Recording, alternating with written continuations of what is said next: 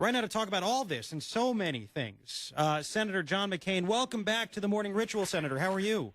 Thank you, Garrett. It's good to be with you, and I always love your lead-in with Jack Bauer because he's my hero. When the old guys win, that's what I love. I know, and it's getting canceled, but they might do some movies about 24. We have that to look forward to. There you go. Listen, I know we got a lot to talk about. I'm off the floor here. We're doing this hearing on Goldman Sachs this morning, which is a very interesting issue, but I know we need to talk about the border and other issues. Yeah, and we'll get to Goldman Sachs at the end if that's okay. And no problem. I need to start out with this just because it's my industry and I'm being a little selfish too. I have to ask this because the White House came out a few weeks ago with a press release. And this is kind of off topic, but are you familiar with the performance tax that is being talked about in Congress? Oh yeah, or the VAT value-added tax. Yeah. Oh no. This is the radio. I'm sorry, sir. Where the recording industry and the artists want to tax radio stations to collect. Really? Yeah, they want to tax us for every song we play. We already pay royalty fees to BMI and ASCAP and other organizations.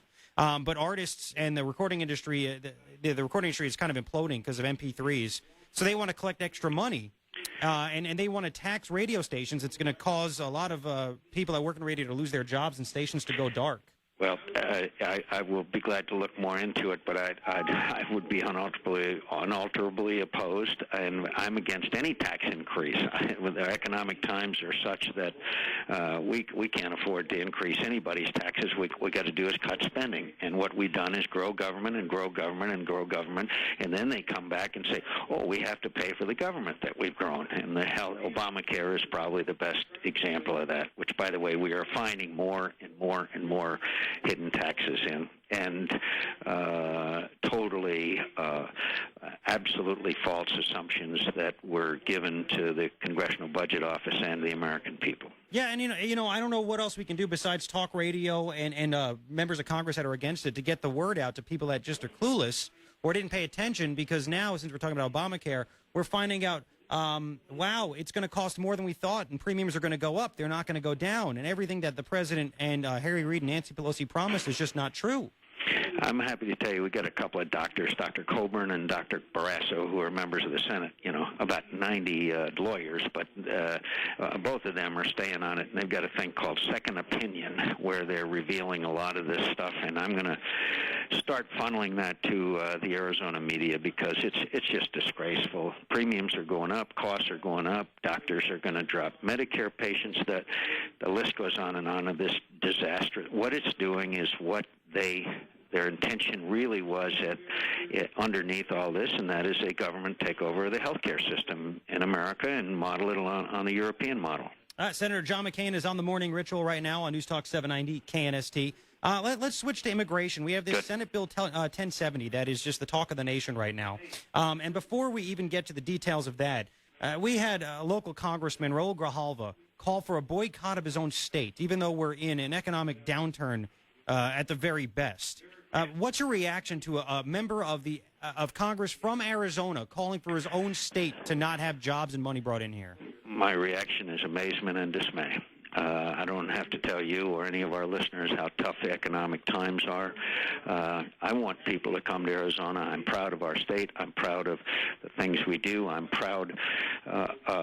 not proud of the fact that we have a broken border, which is the federal responsibility, and the federal government has not taken action on it. But I'm just terribly dismayed at something that any representative of the state of Arizona would make such a recommendation. And again, I am proud of our state, and the action that was taken by the legislature and signed by the governor is a reaction of the frustration that the federal government has not fulfilled its responsibilities, so therefore they felt that they had to act. I'm not interested in violating anyone's civil rights, nor are you, Garrett, and we're not interested in racial profiling. But unless we get the border under control, then we have not fulfilled our constitutional obligations to our citizens. Let me just give you two numbers, if I could, real quick, that I know you're familiar with. 241,000 illegal immigrants were apprehended trying to cross our border last year.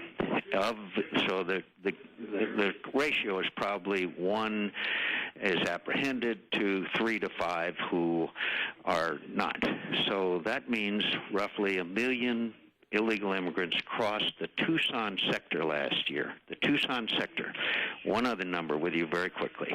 Over 1.3 million pounds of marijuana was intercepted, again, in the Tucson sector. So the drug cartels and the human smugglers are sophisticated. They have broken our borders. They are armed. They are actually endangering the lives and property of our citizens.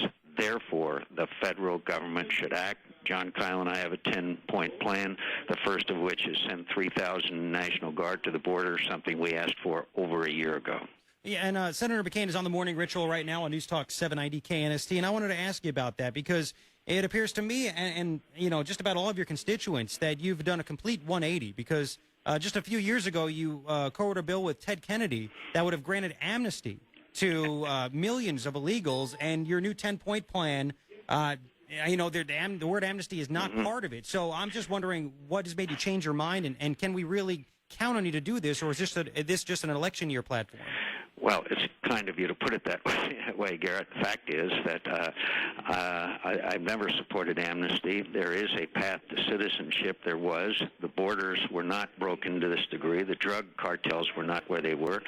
I campaigned, my presidential campaign, I said we had to secure the borders. Over a year ago, I said we had to support, last April when we had a hearing in the Homeland Security Committee in Phoenix, and the police chiefs and sheriffs pointed out the absolute need to first secure our borders, and so it has been a consistent position of mine, and I can be glad to give you documentation that I have said for a long time we have to secure the borders first because the violence is an existential threat to the government of Mexico, and and it is just a matter of time before it spills over onto our side of the border, as it did with the tragic death of Rob Krentz. So your assumption is absolutely false. I never supported, quote, amnesty. I did support a path to citizenship, but I always said we have to secure the borders, and for over a year I've said we have to, actually longer than that, we have to secure the borders first, and that we have to send 3,000 National Guard troops to the border and hire 3,000 additional Border Patrol, use surveillance capabilities and other capabilities. We can secure our border. Well, you know, that the perception of the voters, sir, and you know, we take calls on this all the time and we talk about it, is that there was a call for, you could say, path to citizenship or amnesty because it's rewarding people for path being to here. Citizenship is not amnesty. Under President Reagan in the 1980s, they gave amnesty to about 2 million people.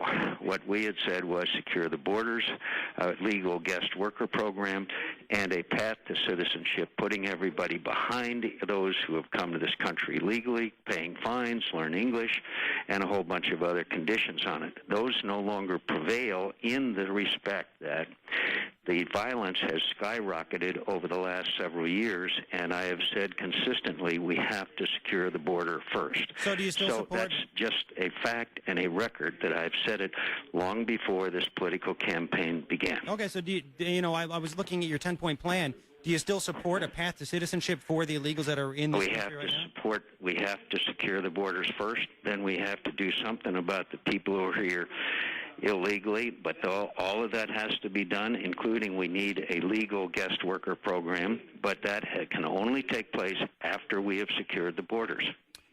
Okay, and I'm just curious what your opinion is of the Senate Bill 1070 that was passed that basically mirrors what the Fed's plan is. It is a frustration an expression of the frustration and anger that the people of Arizona feel and the governor feels because of the federal government's failure to enact and carry out its responsibility to secure the borders. And I understand their frustration, and I understand the thrust of what they're trying to do, and I have been assured by a number of law enforcement people, including Paul Babiou, the sheriff of Pinal County, and other police chiefs, that they can train their people so that we will not violate anyone's civil rights. So you think this is a good idea? This is going to help? We have to get our border secured. We have to safeguard the lives and property of our citizens, particularly in southern Arizona. Senator John McCain is on the morning ritual right now on 790 KNST. And you mentioned at the beginning of the interview, Senator, about, basically the Wall Street hearings that are going on, the Goldman Sachs. And, can I get your opinion on President Obama going after Wall Street, specifically naming Goldman Sachs, yet his administration is full of former Goldman Sachs employees? And also a little irony here that the campaign contributions from Wall Street and Goldman Sachs in particular was like 4 to 1 of any contributions. About $1 million that went to my campaign. So it is interesting. I think I read, please correct me if I'm wrong, that over $1 million or 900,000. 994,000. Yeah, was given by Goldman Sachs executives to the Obama campaign. But look, what happened at Goldman Sachs, in my view, should never have happened in this respect. If we're going to guarantee individuals deposits into banks that do traditional banking business, that's fine with me. Anybody else, they're on their own. We should have no taxpayer involvement, and I am very concerned that the Dodd bill, as proposed, does not address the fundamental issue that we have to address, and that is that no institution should be too big to fail. And the best way to do that is sever any taxpayer connection to these people like Goldman Sachs. Well, and and that's the thing is that, not many people, and you know this, and we're trying to get the word out by talking about it, that, this $50 billion plus little slush fund for companies that are too big to fail, it's tax deductible for these companies to put money into it. So basically 35 cents out of every dollar comes from the taxpayers. Look, what has happened, and by the way, this is really beyond belief. The biggest catalyst probably for this whole meltdown was Fannie Mae and Freddie Mac. As you know, they are the institutions that gave the mortgages, and under great pressure from the liberals in Congress, we basically violated a fundamental economic principle, and that is don't lend money to people that can't pay it back. So now this legislation before us does not address in any way Fannie Mae or Freddie Mac.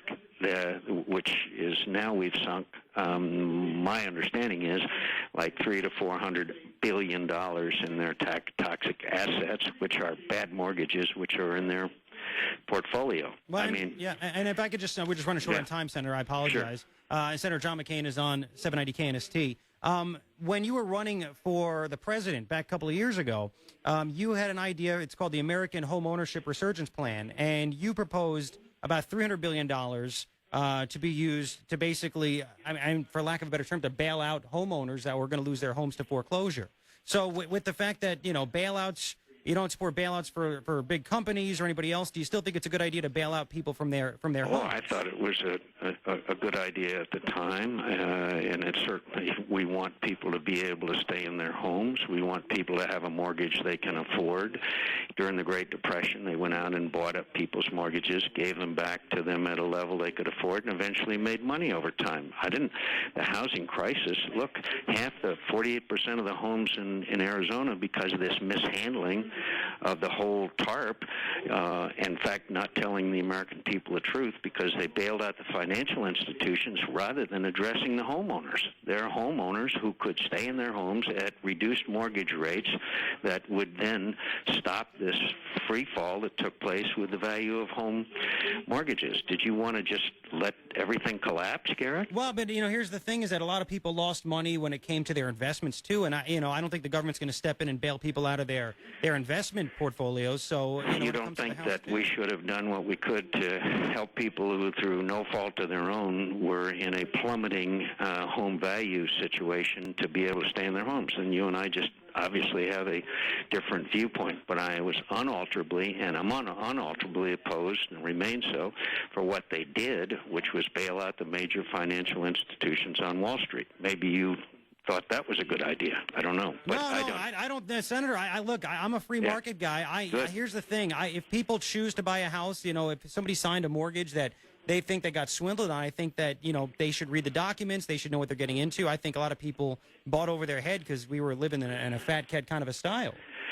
Well, I don't. You and I have different depiction of the events. Those homes were at that value when they bought them, because of this incredible misbehavior on the part of Wall Street and the financial institutions. They pumped up these values. The average person who bought a home had no idea that all this stuff was going on. And then when the housing crisis hit, they saw the value of their home, and now still 48% of the homes in Arizona are worth less than their mortgage payments. And so to give some people some relief from that situation, which they had nothing to do with, I think was a reasonable thing to do. Not bail out Wall Street, but try to assist people to be able to stay in their homes. Okay, and just the last one for me, Senator, just because this is a good debate. I'm enjoying this. I mean, I look at my in-laws. They lost a lot of money through their investments because apparently a lot of their investments had to deal with obviously putting money into certain stocks, mutual funds, that were tied into the homes. If they had had bank deposits, it was guaranteed by the FDIC. Those deposits would have been guaranteed. But I'm talking about, investments into the market. I understand that. And so, I mean, they're not getting a bailout for the money they lost on that. So why should the homeowners? The homeowner was given. Well, again, you and I have a very different view of life and what our obligations are, and if we can help people stay in their homes or not. My heart goes out to everybody who have suffered any loss, me too. But being thrown out of your home through no fault of your own, when we could give you a mortgage that you could pay back, keep the mortgage payments up, and over time that money would be paid back and money would be made off of it, which was the case in the program during the Great Depression. During the Great Depression, they had this program, and it ended up the taxpayer getting more money back as a result of it, and people were able to stay in their homes. If you don't agree with that, then obviously we have a disagreement. Well, Senator, I appreciate the debate. Thank you for your point of view, and we'll get you on again. I appreciate it, sir. Oh, it's always a pleasure, and I will say to you one more time, we must secure the border first. That has been my position for a long, long time, and anybody who thinks that that's not the case, I'll be glad to provide them with that information, and we cannot violate people's civil rights, but at the same time, and we should not, but the fact is we need to secure our border because the violence and the drug cartels and the gangs, the human smuggling gangs, are a threat to our security. Well, thank you, Senator. I agree with you on that. Thank you. Have a great day. Pleasure. Bye. Take care. Senator John McCain on the Morning Ritual on News Talk 790 KNST.